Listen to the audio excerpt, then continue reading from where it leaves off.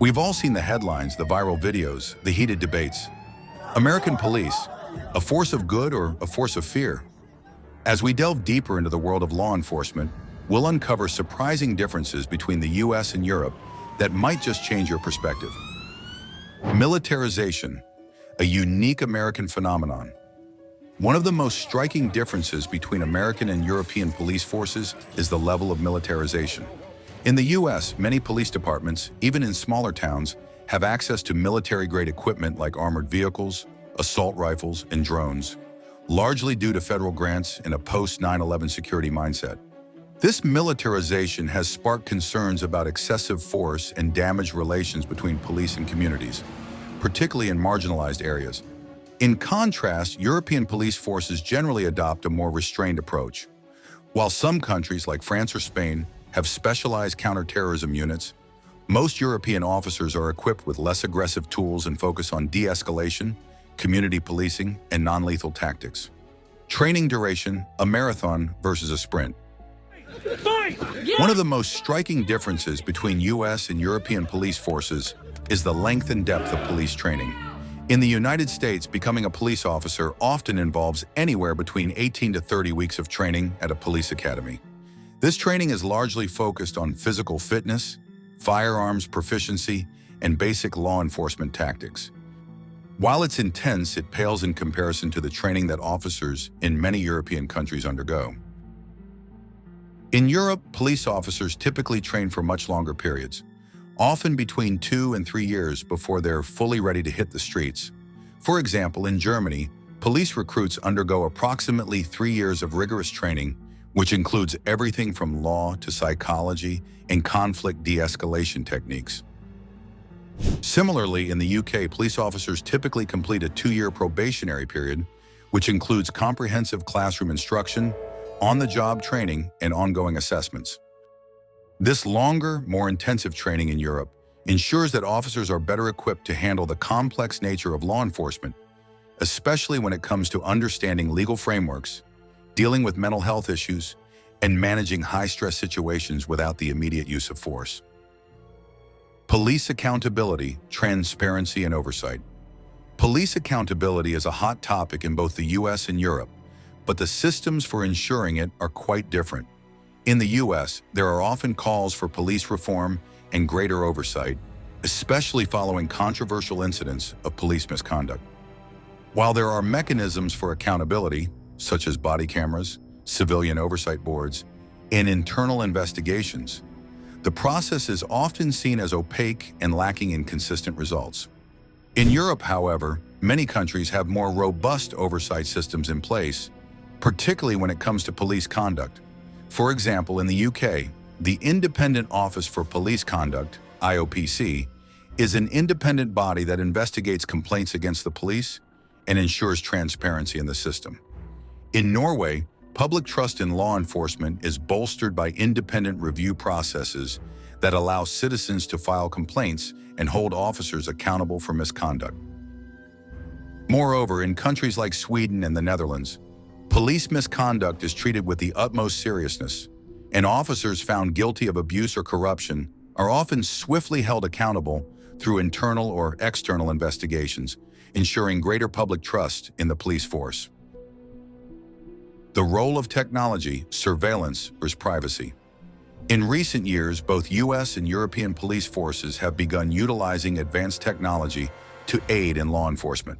However, there's a stark difference in how technology is used and regulated. In the US, surveillance tools such as facial recognition technology, drones, and predictive policing algorithms are being employed by law enforcement agencies, sometimes with little regulation or oversight. This has raised concerns about privacy rights, particularly in light of incidents where these technologies have been used disproportionately against minority communities.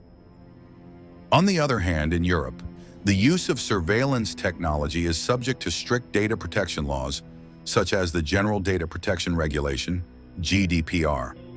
European countries are much more cautious about the collection and use of personal data, and any surveillance activities are heavily scrutinized for their legality and necessity. The European Union has set high standards for police use of technology, often prioritizing individual privacy and freedoms over the unchecked expansion of surveillance tools. Policing and mental health. A major difference in approach.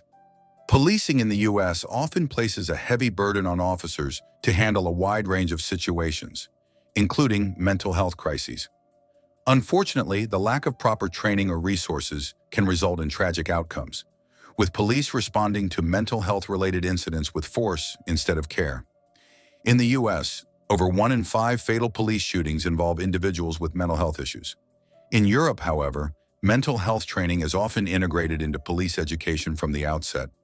Countries like Finland and the Netherlands have implemented specialized training and units to deal with mental health emergencies in a way that emphasizes care and understanding rather than punitive measures. In Finland, for example, officers are trained to recognize signs of mental distress and are equipped to handle situations calmly and effectively, often working in tandem with healthcare professionals to avoid violent escalation. Moreover, several European countries have separate mental health response teams that operate alongside the police, ensuring that individuals experiencing a crisis receive the appropriate care rather than being incarcerated or subjected to force. Civilian oversight. A patchwork system in the U.S. Civilian oversight of police is a crucial check on power, but its implementation varies widely across the U.S. Some states have robust civilian review boards with investigative and disciplinary authority, while others rely on internal affairs units within police departments. This patchwork system can lead to inconsistencies in accountability. In Europe, civilian oversight is often more centralized and standardized. Independent police complaints commissions or inspectorates have the power to investigate misconduct, recommend disciplinary action, and even refer cases to prosecutors. Policing culture. Community versus authority. Another key difference between U.S. and European police forces is their overall relationship with the public. In the U.S., policing often has an authoritarian undertone. The term us versus them is a common sentiment, where officers view themselves as protectors of the public, often positioning themselves above the citizens they serve. This mentality can sometimes lead to a more confrontational approach in interactions with the public. In contrast, European policing tends to have a more community-oriented approach. The philosophy of policing by consent is central to many European nations, particularly in the UK. British police, for example, pride themselves on not carrying firearms and often emphasize their role as part of the community, not separate from it.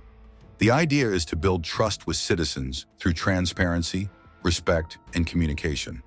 This approach fosters a sense of collaboration, where police officers are seen as problem solvers rather than enforcers of law and order.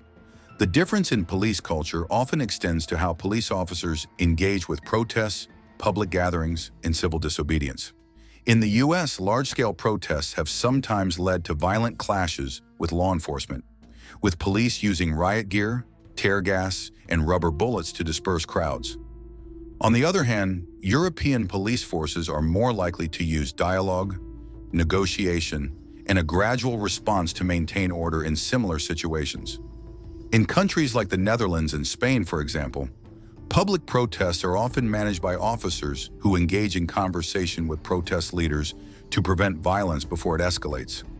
Public perception and trust. Finally, the public perception of the police is shaped by the differences in their training, tactics, and oversight. In the U.S., trust in police is a complex and often contentious issue.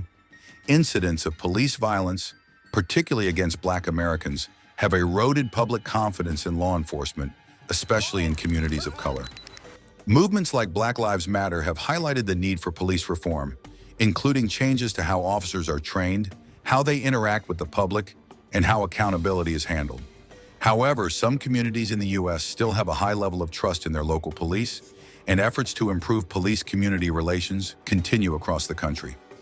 In Europe, public trust in police tends to be higher on average.